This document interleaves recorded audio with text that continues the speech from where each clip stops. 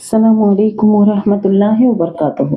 மனிதனுடைய வாழ்க்கையில எல்லா சவால்களும் வெளியில இருந்து வருதுன்னு நம்ம நினைச்சுக்கிறோம்.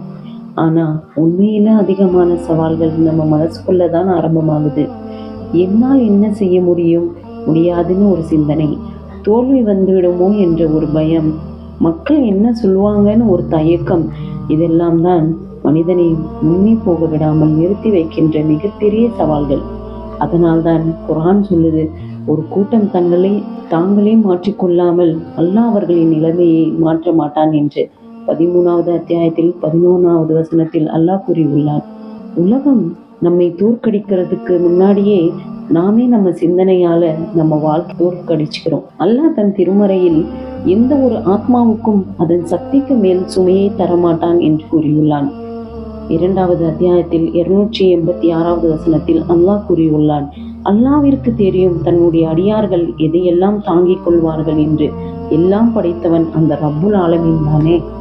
உண்மையான பலசாலி மற்றவர்களை அடிக்கிறவன் அல்ல, கோபத்தின் போது தன் மனதை கட்டுப்படுத்துகின்றவனே உண்மையான பலசாலி.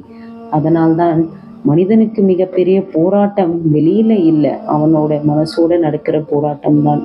மனசை மாற்றி கொண்டால்தான் வாழ்க்கை மாறும். அதான் குர்ஆன் சொல்ற மிகப்பெரிய ஒரு உண்மை. அதனால் உன் முதல் போராட்டம் உன் நப்ஸ் மனதோட தான்.